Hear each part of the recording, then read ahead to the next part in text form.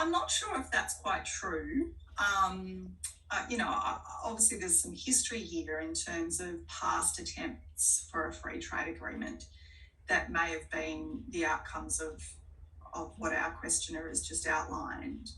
But at the moment, I'm aware that both India and Australia have appointed trade negotiators to look at the Comprehensive Economic Cooperation Agreement to see how more resources can be put into driving a free trade agreement forward. I think those parts of that question, though, in terms of the impacts on India are real and will need to be worked through. But I think we also need to look at the fact that India's economy is changing. It's coming from the informal to more of the formal. It's moving from a more agrarian economy to more of an urbanised economy. There's a number of changes which brings all sorts of opportunities for Australia in terms of trade and investment and in terms of a free trade agreement. So my understanding is that Minister Piyush Goyal is appointed a trade negotiator. Similarly, our Trade Minister Dan Tehan has done likewise, and those negotiations will start to move forward.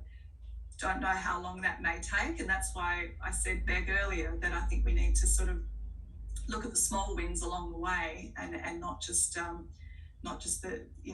big one. So, but let's see. I think there's benefits on both sides here in terms of this. I mean, we know that huge benefits in terms of Australia on the economic side with India, but there's also huge challenges currently at the moment. I mean, I think that the fact that India is our seventh largest trading partner is not good enough. China is still our number one trading partner. I think the trade with India in the past year was something like two-way goods and services trade was something like 24.4 billion.